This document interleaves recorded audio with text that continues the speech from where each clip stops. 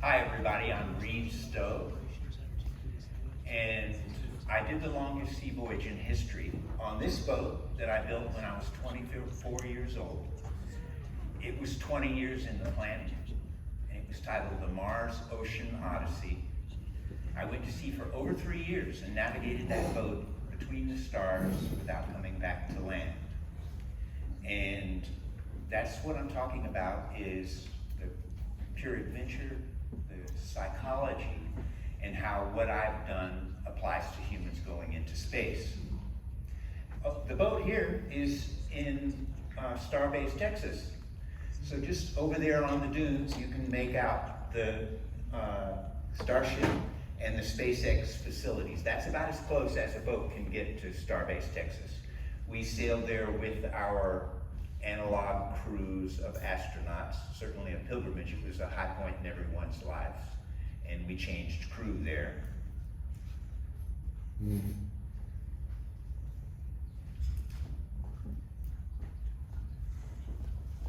Next picture. That's where I'm going to leave it. Okay, this picture is where I'm going to leave you, because I want you to think about this. This is the Starship schooner as a starship above the space station, above the world. So as I spent my life on the sea, and especially in the beginning on a very tiny boat, that sort of condition is very dangerous, and somehow my mind, my being expanded and took a view from above and said, oh, I see what's happening around the boat. I see what's happening with the weather and the currents of the world, the winds, and how they're connected to the universe. And this view that I call my perspective of empowerment is where I've had my mind most of my life. And it gave me the vision to do the longest sea voyage in history. And it also empowered me physically, because I saw things that I was able to use and bring into my physical action.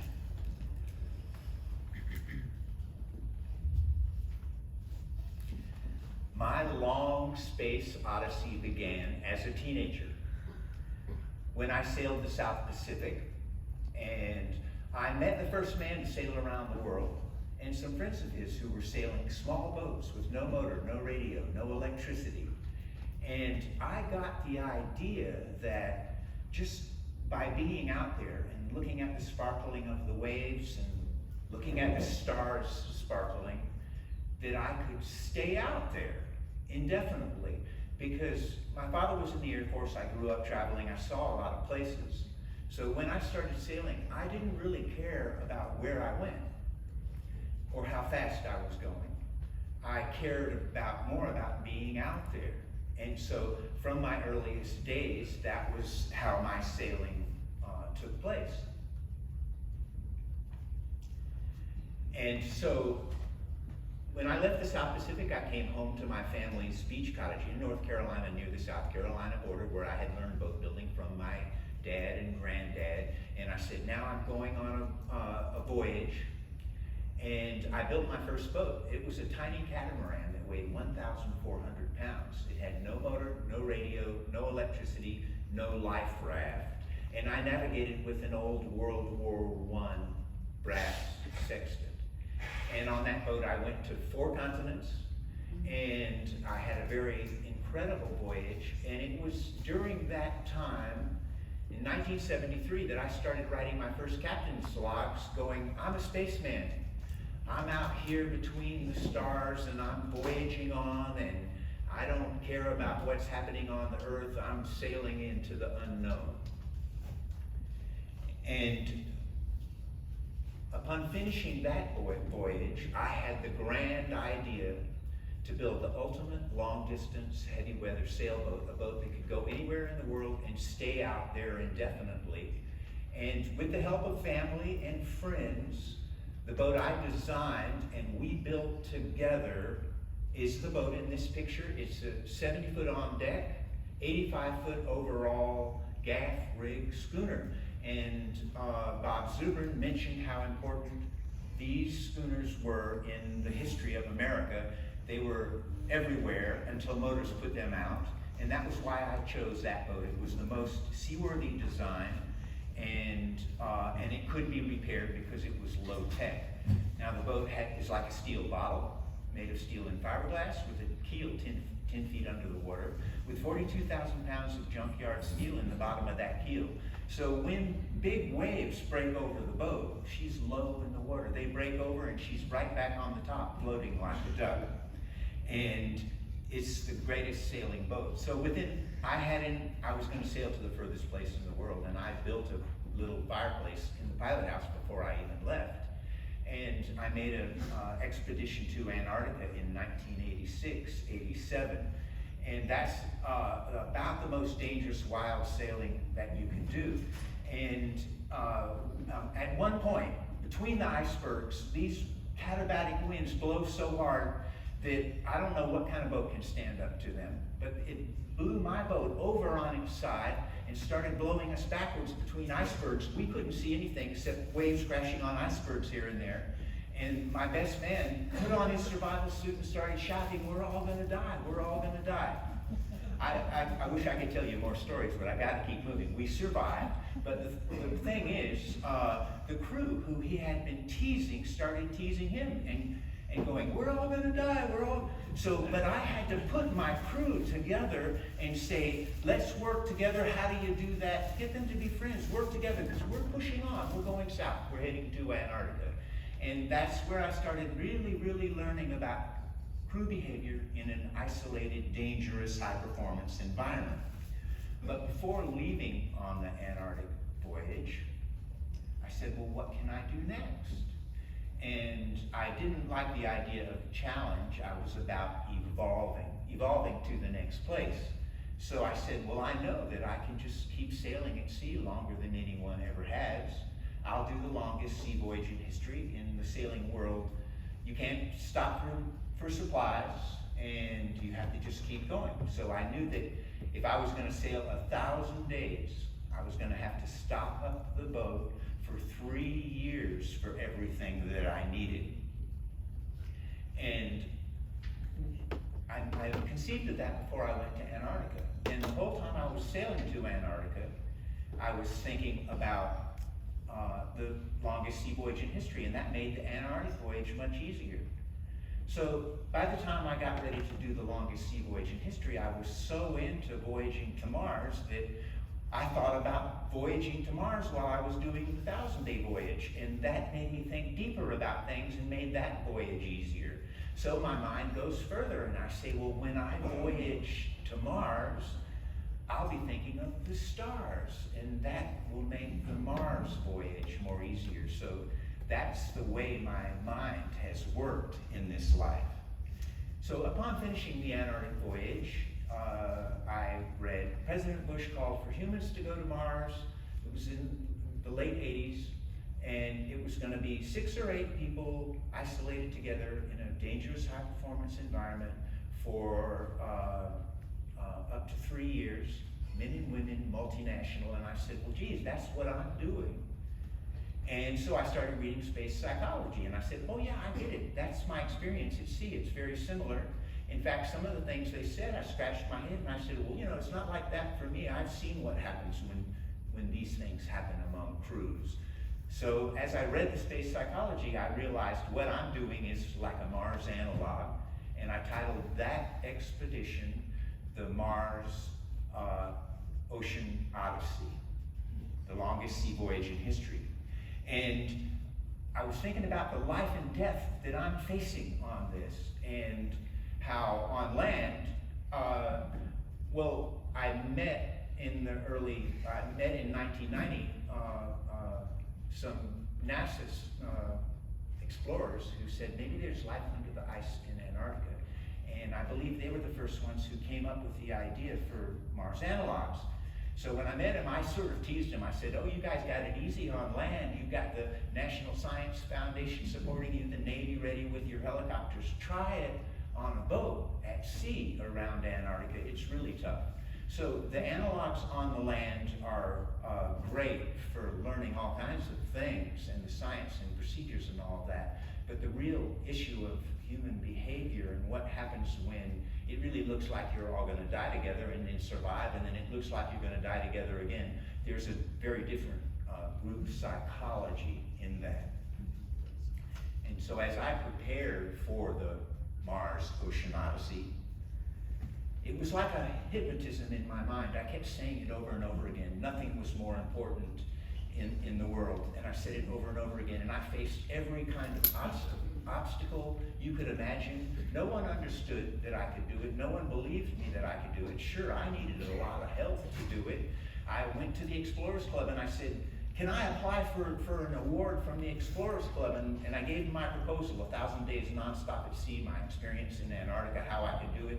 The Explorers Club committee got together, and Bob Ballard said, well, I've been in the Navy all my life. No human can do this. The guy is crazy, and they rejected me. So that's an example of the kind of rejections that I got over and over again. And my whole idea of saying that seafarers of today could provide a role model for spacefarers of tomorrow.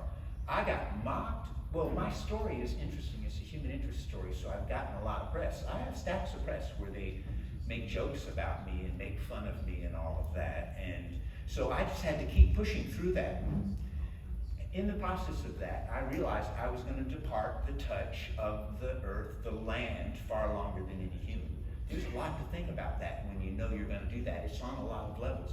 I started to realize that I would also lead the evolution of humanity off of the land. And I thought of it more. I said, here I am on my starship. I'm the original captain on a starship, navigating into the stars and leading the way to Mars. So that's part of what inspired me and part of what drove me. And so there's something that I don't hear much talk about that is really important, is during that time that I prepared to go, knowing that I was going to depart the earth, I had to detach myself from everything again and again. No, nothing was going to take me back to the shore. I was going to go out into the unknown. And the biggest problems that astronauts have nowadays, from what I've read, is that they all miss their loved ones on the shore. Well, I already knew by then. I'd already been voyaging enough. I told my mom and dad, I love you. I told the people that I love you. But I said, I'm getting ready to do something no human's ever done before. And I can't be looking back. I have to stay focused if I'm going to stay alive and I'm going to complete my mission. So I had to start letting everything go. All of my beliefs in anything, the laws, the rules, what you expect, philosophies, all of that was back on earth. And if I was going to go into the unknown, I was going to go as a pure mind, ready to do whatever I had to do at any moment. And that's a very important part of preparing for a long duration voyage to Mars. So finally, after 21 years of hard work, like you can't imagine. Oh, by the time I left, I can tell you, my hands and arms were sore from grinding with a grinder, from hammering with a sledgehammer. All of that. I was sore by the time I left. Sore like an athlete is pretty nice in a way, but when it goes on day after day, month after month, wow. And so when I set off, I can remember seeing the land there in the distance fading away. And I was standing in my pilot house, and I just said, thank you so much for allowing me to be in this position, for giving me the vision and the power to be in this position. So my prayer that I made a lot throughout the day and throughout the voyage, and even now, is just purely a thank you that comes from the very gut of me. Thank you for being out there. And so the voyage was a beautiful experience in ways I can't describe. I'd like to talk an hour about it and show 100 photos. Gonna keep moving. But people always ask, what'd you eat? I ate dried organic health food, and a fancy Italian food company donated me all the pastas and tomato paste, and I targeted Parmigiano Reggiano, so I could have a cheese that was good for over 3 years. But the key to my diet was sprouts. I had hundreds of pounds of seeds and sprouts that were donated to me, and they sprouted. I ate giant fruit salads twice a day, not like a garnish, but like a filler. And everything that I needed for 3 years was packed in that cargo hold. I heard Elon Musk say, going to space is a lot like going on a long sea voyage. If you forget one thing, it's all over. And I've often wondered, has he heard about me? Because I've gotten a lot of press and I've been pushing my thing about humans should take a voyage at sea before they go into space. But that voyage was a fantastic voyage in my life, and the Mars Ocean Odyssey set the bar for what an ocean voyage could be. So high that the rest of the sailors are scratching their head and going, Bermuda's enough for me. But it set the voyage for the sailing world. It also showed the space world that, yes, a human can perform in a life and death situation for over 3 years without stopping, and that we can do it. And that's something that we have to realize, and that was what I showed on that voyage, that and more. And it was tough, because you've heard of Cape Horn, the biggest waves in the world, and you watch them, they're giant, they're big, they break over the boat, she sheds the water like a duck. But 2 of them come together and you get a rogue wave. It's this huge wave, it's like a massive waterfall. It turns the boat upside down. The boat has to be built to do that. I got hit and turned upside down. I thought I was holding on. The next thing I knew, I was knocked out cold, and the water, ice water that came in through my old-fashioned wooden hatches woke me up wet. And I saw my shredded sails. I had to get them down before they wrapped around the rigging, or I never would have gotten them down. But I got wet, and I got out there, and I worked, and I got the boat back on course, smaller storm jib up, coasting off down the waves. And then I cleaned up the pilot house, because when I turned upside down, my special chimney, water flushed into the chimney, knocked the door of the little wood stove open, and made ashes and mud all over the floor. Cleaned it up, relit my wooden stove, washed and dried up, and warmed up a bit, and cooked a gourmet meal, and decided I'll drink an inch of wine to make dinner nice.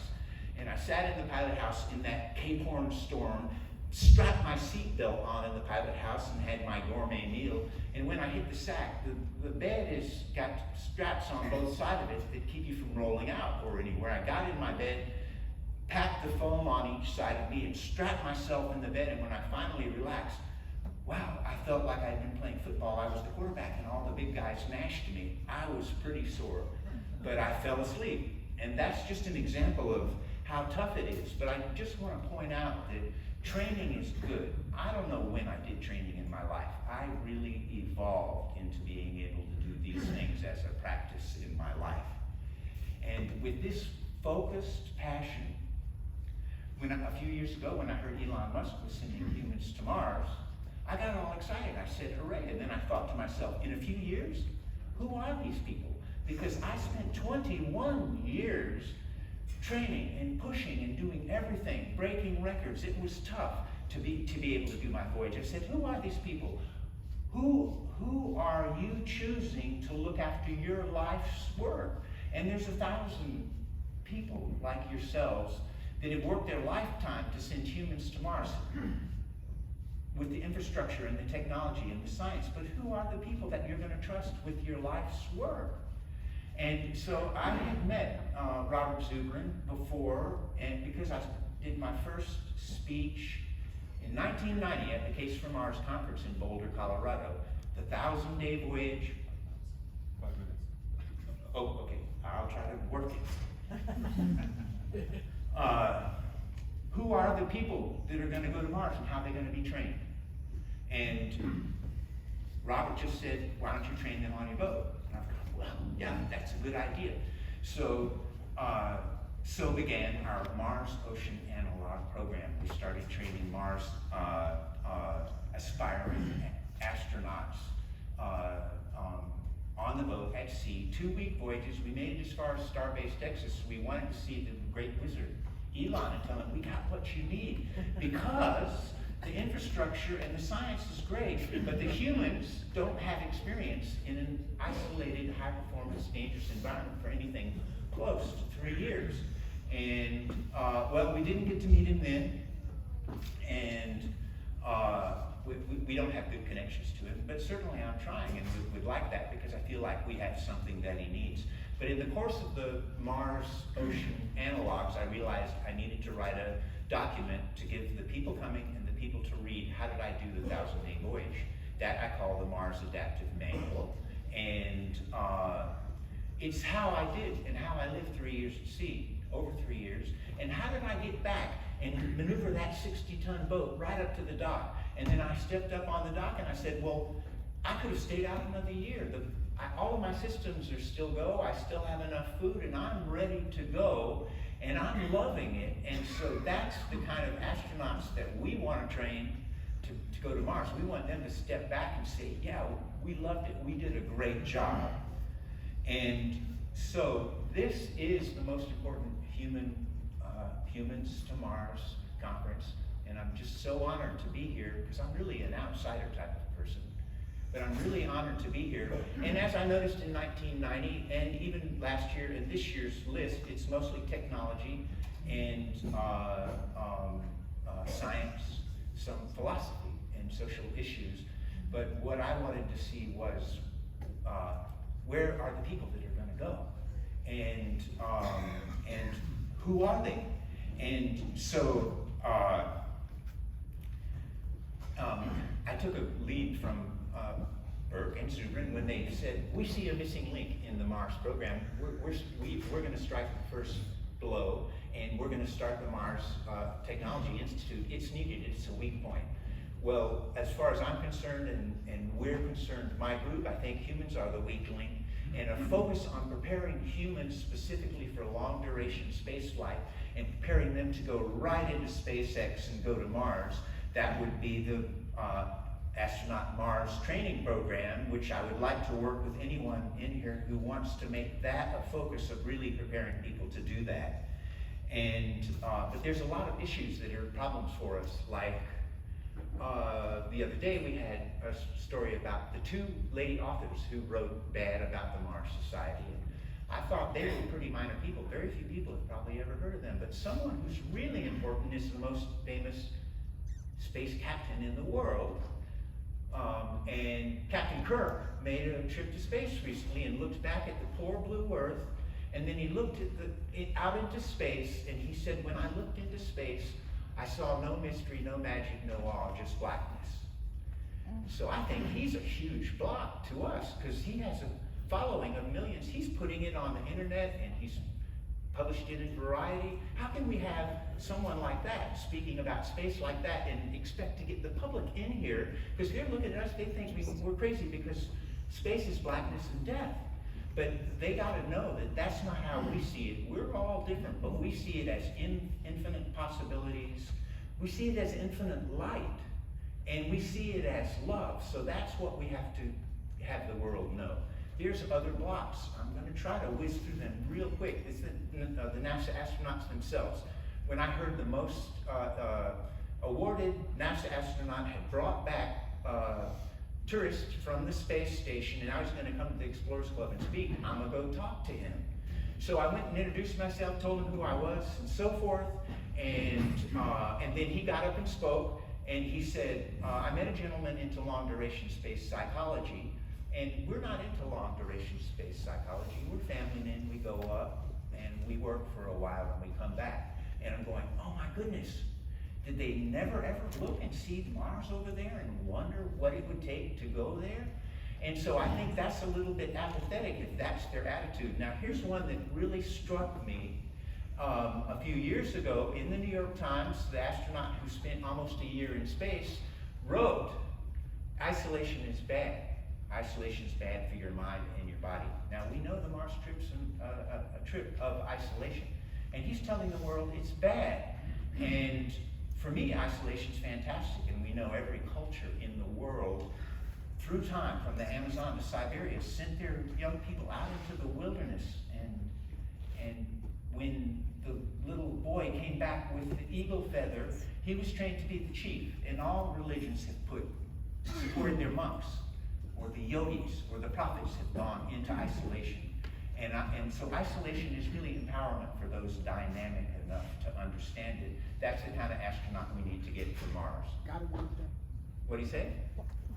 1 minute. 1 minute, okay. Then I'm gonna go right into the thing of, so we have great leaders for the Mars program. Robert Zubrin is obviously the one who's the biggest push, and for the longest we have Elon Musk, of course. We have great leaders on the land, but who's gonna command the starship? That's where I come in. I'm the captain. I've been doing that all my life. I'm the commander of the starship. I'm the only person who's driven a starship for over 3 years in real life. So therefore I say, I'm the obvious one to look at to be captain of the starship to go to Mars. No one has the experience.